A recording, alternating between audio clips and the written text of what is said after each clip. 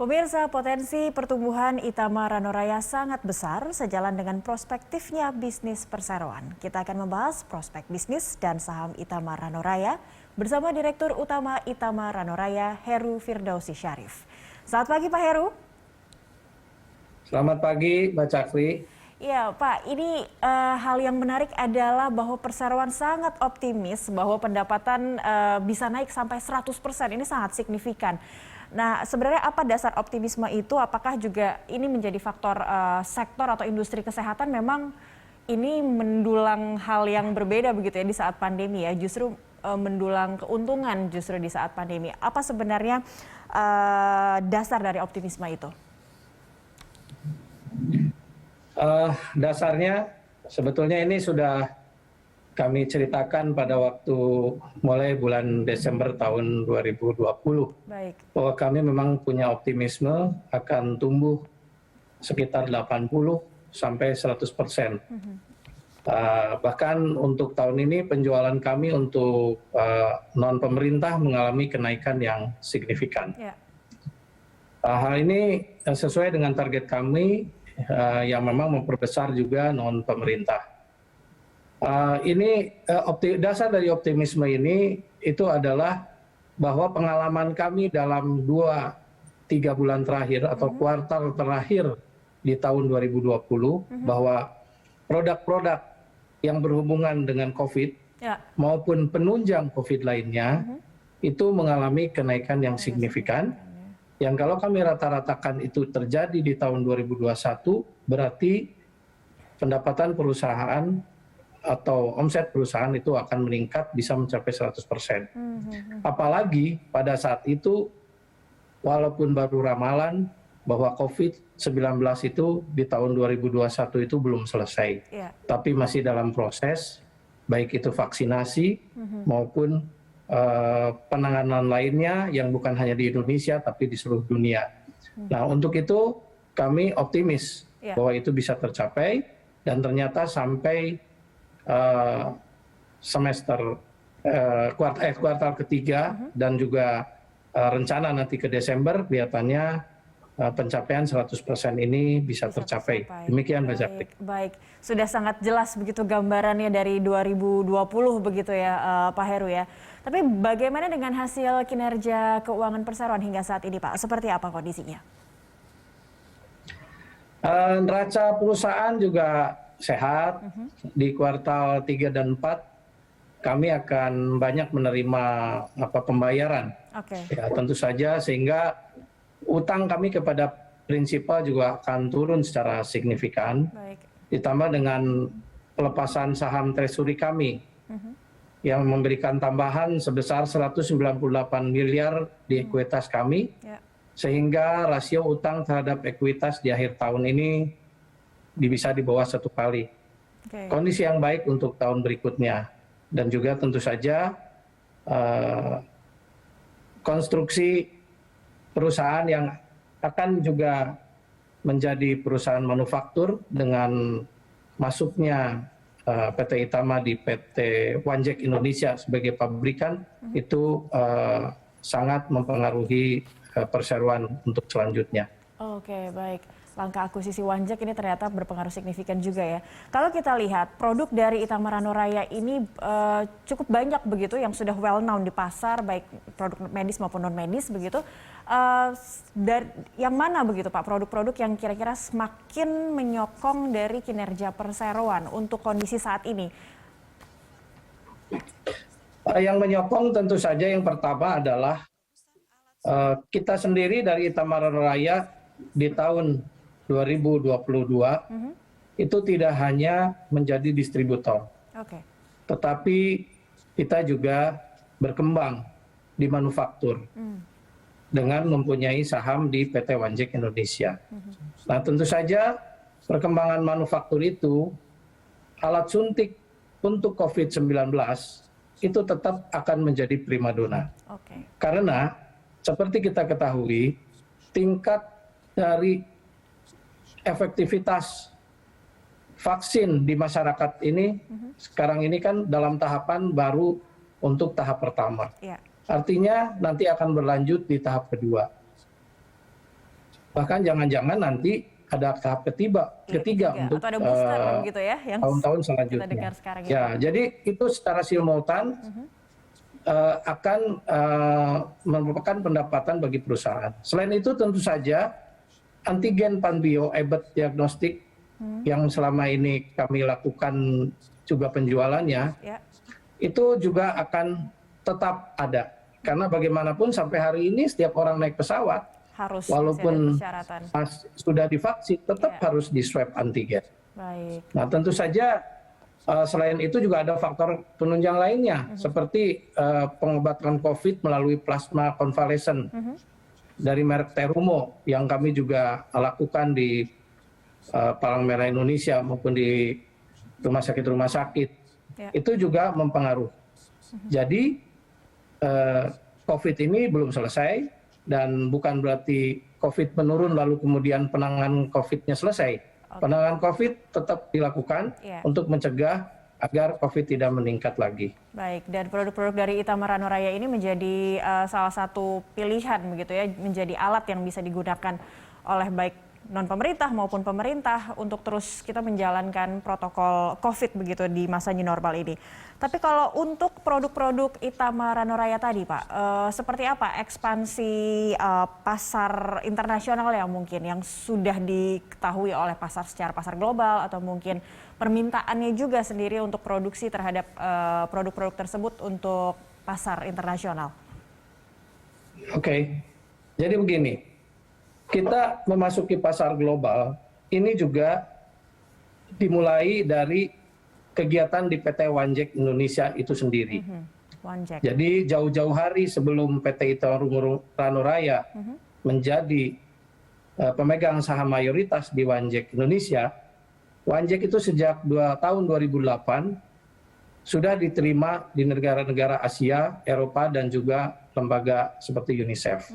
Bahkan terakhir di tahun 2021 ini kita sudah PT Wanjek sudah mengekspor ke UNICEF untuk alat suntik sekali pakai untuk kebutuhan vaksinasi di dunia. Nah, sehingga otomatis karena PT Itama Ranoraya sebagai pemilik mayoritas dari Wanjek Indonesia, ini merupakan suatu peningkatan omset juga. Nah, lalu untuk Wanjek sendiri, penerimaan itu menunjukkan pengakuan terhadap teknologi produk yang dimiliki oleh Wanjek. Tentu saja ini menjadi modal yang baik untuk inovasi produk ke depannya. Dan sebagai produsen medical equipment, kita tentu akan fokus kepada inovasi. Seperti diketahui bahwa alat suntik yang kami punya itu memiliki standar WHO. Yang di Indonesia ini tentu saja masih menjadi suatu alat suntik yang bisa diunggulkan. Dan tentu saja alat suntik ini jadi bisa diterima oleh seluruh negara atau di segmen global. Wanjek juga sekarang ini melakukan kerjasama produksi untuk high-tech medical equipment. Seperti yang sudah dilakukan dengan pemain global yaitu Abbott. Pola kerjasama seperti ini akan mempercepat perkembangan perusahaan sebagai manufaktur global. Karena kita sebentar lagi akan tayang produksi dalam negeri yang bernama Abbott BioQuick untuk produk dalam negeri yang berstandar internasional. Baik, ini nampaknya jelas begitu maupun ekspansi ataupun produk untuk pasar globalnya ini sudah jelas begitu yang dilakukan oleh Itama Ranoraya. Kita akan jeda terlebih dahulu Pak Heru, pemirsa tetaplah bersama kami, Dialog Corporate Action akan kembali sesaat lagi. Pemirsa, PT Itama Ranoraya Tbk langsung menarik perhatian publik sejak pertama kali IPO dan listing di Bursa Efek Indonesia. Rekan Cikal Multazam akan menyampaikan berbagai informasi yang untuk Anda. Cikal, silakan. Baik Cakri dan juga pemirsa, saham PT Itama Ranoraya Tbk telah menjadi pilihan bagi para pelaku pasar. Kita akan simak data selengkapnya, Cakri. Kita simak untuk PT Itama Ranuraya Tbk dengan kode saham IRRA melakukan pencatatan pada 15 Oktober 2019 berada di papan pengembangan bursa dengan bidang usaha distribusi alat kesehatan. Berada di sektor kesehatan dengan subsektor jasa dan peralatan kesehatan, industri, peralatan, dan perlengkapan kesehatan. Kita simak untuk pemegang saham PT Itama Ranuraya Tbk dengan saham mayoritas sebesar 76% atau sebesar 1,216 miliar lembar saham dimiliki oleh PT Global Dinamika Kencana, kemudian sebesar 5,25% atau 84 juta lembar saham dimiliki oleh PT Neomedik Jaya, dan sebesar 18,75% atau 300 juta dimiliki oleh masyarakat. Kita simak saat ini Cakri dan juga pemirsa pergerakan nilai saham IRRA dimulai pada 11 Januari berada di Rp2.990 per lembar saham, kemudian terkoreksi atau melemah cukup dalam pada 1 Februari di 1.320 untuk kemudian naik kembali pada 22 Februari di Rp2.490, dan kita lihat pada periode April hingga Juni ini ada di titik terendah ya, di mana pada 12 April berada di harga Rp1.600 per lembar saham, kemudian turun pada 17 Mei Rp1.470 dan menemui titik terendahnya pada 14 Juni di Rp1.405 per lembar saham, dan kemudian naik kembali Cakri di 5 Juli Rp2.110 dan kemudian turun kembali pada 20 September di Rp1.655 per lembar saham, dan terakhir kita simak pada 5 Oktober berada di harga Rp1.830 per lembar saham. Ya, demikian Cakri informasi yang dapat saya sampaikan, kembali ke Anda. Terima kasih Cikal untuk informasinya. Kembali bersama narasumber kita Direktur Utama Itama Ranuraya, Bapak Heru Firdausi Syarif. Pak Heru, kalau kita melihat tadi pergerakannya ini terlepas dari mekanisme pasar begitu. Apa komentar Anda melihat kinerja IRRA? Kalau tadi kita lihat di Februari awal tahun kalau tidak salah ini mengalami penurunan paling tajam, tapi saat ini di hari kemarin begitu di 5 Oktober ini nampaknya harganya sudah lebih stabil, bahkan lebih tinggi daripada harga di terendahnya begitu di Februari. Ini mungkin komentar subjektif jadinya ya. Komentar subjektif karena kan harus menilai saham sendiri. Tapi intinya bahwa sebetulnya semua parameter yang menyangkut optimisme perusahaan itu kan semuanya positif. Yeah. Dari omset kita positif. Kuartal 3 mencapai pertumbuhan 80% sampai 100%. Yeah. Terus dari penjualan juga antara penjualan ke pemerintah dan ke swasta juga di swastanya juga mengalami peningkatan. Neraca juga seperti tadi saya bilang itu sehat, gitu kan. Dan juga utang-utang pada prinsipal juga turun dengan signifikan, itu bisa dilihat di pembukuan. Jadi saya kira kalau tidak ada sentimen lainnya, kenaikan yang sedikit demi sedikit itu ini belum berhenti sampai di sini, seharusnya akan meningkat terus. Baik. Tapi juga ke depan bukan hanya distributor kan, namun akan menjadi manufaktur dan services di bidang alat kesehatan. Jadi sentimen positif ini bahwa distributor yang menjadi manufaktur dan juga services di bidang alat kesehatan, saya pikir ini menjadi data positif. Bukan hanya dari segi rencana, tapi dari segi keuangan juga terlihat bagus, omset juga bagus. Jadi sangat wajar kalau misalnya saham ini akan naik terus. Harusnya bisa menembus seperti tahun lalu. Saya pikir begitu. Baik. Kalau untuk progres penjualan saham Treasury sendiri Pak, sejauh ini sudah seperti apa progresnya dan mungkin ada rencana selanjutnya terkait saham Treasury? Ya, jadi saham Treasury ini kan kita sudah bayarkan ke Wanjek gitu ya, sebagai uang muka. Nah ini proses selanjutnya kita harus mengikuti aturan OJK dan lain-lain yang sesuai dengan aturan pemerintah. Artinya Wanjek juga sedang dinilai valuasinya, lalu kemudian nanti Wanjek akan dinilai berapa harganya, lalu kemudian kita juga harus melunasi berapa ke Wanjek untuk mencapai saham kita di Wanjek sebesar 51%. Proses itulah yang sedang dilakukan dan saya pikir di tahun 2021 semua itu akan selesai. Terselesaikan. Baik. Ini dengan akuisisi Wanjek artinya tahapan awal atau sudah sampai ke tahap menengah begitu ya, sudah dilakukan, progresnya sudah berjalan baik begitu Pak Heru? Ya, Iya, betul. untuk rencana untuk rencana aksi korporasi mungkin dalam waktu dekat ada hal lain yang akan dilakukan, singkat saja. Saya kira aksi korporasi ke depan adalah yang berhubungan dengan akuisisi Wanjek saja. Oke. Kalau mengacu pada aturan di pasar modal, untuk akuisisi ini kami perlu melakukan RUPS. RUPS untuk meminta persetujuan pemegang saham untuk akuisisi dan juga right issue-nya. Baik. Rencana RUPS akan kami laksanakan pada awal kuartal 1 tahun 2022. Oke. Kami optimis ini bisa bisa berlangsung dengan baik dan saya pikir otomatis dari situ semua produk-produk Wanjek akan disalurkan melalui distributor ILA. Dan tujuan dari penggunaan dana right issue adalah untuk akuisisi tentu saja. Jadi untuk besaran dana maupun jumlah lembar saham yang diterbitkan akan bergantung kepada nilai akuisisi 51% dari Wanjek sendiri. Ya. Proses appraisal terhadap Wanjek akan dilakukan dengan menggunakan buku tahun 2021. Jadi begitu buku 2001 setelah selesai dan nilai appraisal dari KJPP sudah keluar, maka kita akan tahu kebutuhan dana right issue-nya.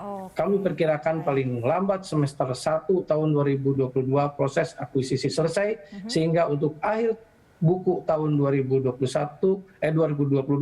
Wanjek sudah dikonsolidasikan ke dalam Itamar Ranuraya. Oke, baik. Kita masih ada satu segmen Pak Heru untuk membahas seperti apa mungkin target kinerja Itamar Ranuraya di tahun depan sesaat lagi. Pemirsa, Corporate Action akan segera kembali usai News Update.